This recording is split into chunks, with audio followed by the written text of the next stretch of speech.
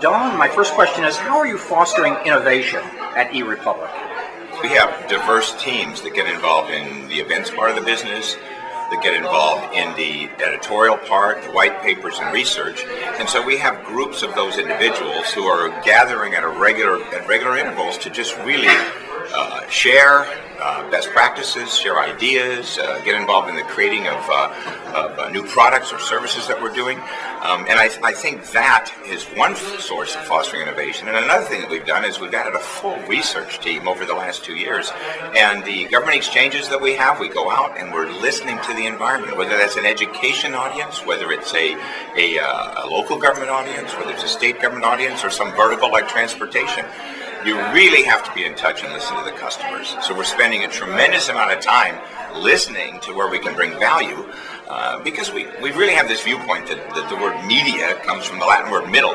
And our job is to be in the middle, to get in the middle of what people are doing and listen to both sides and bring together the solutions of private sector with the with the needs and challenges faced by public sector individuals. If you listen to both sides and you really maintain that role in the middle, I think that your teams internally do a much better job of fostering the innovation. And one final point I'd say is you can't be stuck in old fixed views of how things are done. You have to be willing to step outside your fixed ideas, your old paradigms, and say, what does this market want now? How do they gather information? How do they make decisions? How do they address challenges? And if you do that, then you're going to be on the right track to keep in mind why you do what you do. You do what you do to serve that audience, and anything you innovate should be in touch with that audience.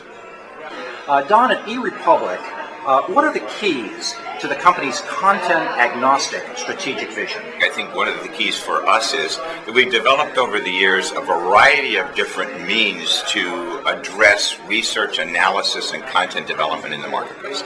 We have the Center for Digital Government, we have the Governing Institute, we have our whole corporate research department, and each of those different units actually approaches content development differently, so you get a little more agnostic approach.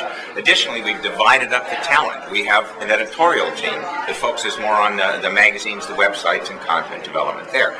Then we have our advertorial team, or our custom media team.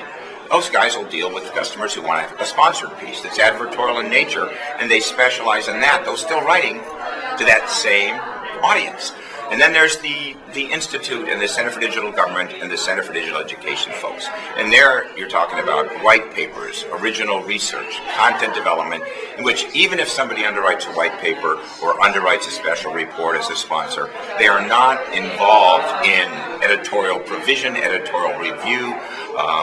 They're not involved in that process. They're involved in basically saying we want to underwrite the topic of enterprise mobility in government, as an example. But we're not the ones involved in creating the content. If you want to be agnostic in that sense, you draw from the content and relationships of the 150 plus events we do a year, and you keep that input coming in, going to the proper writing teams.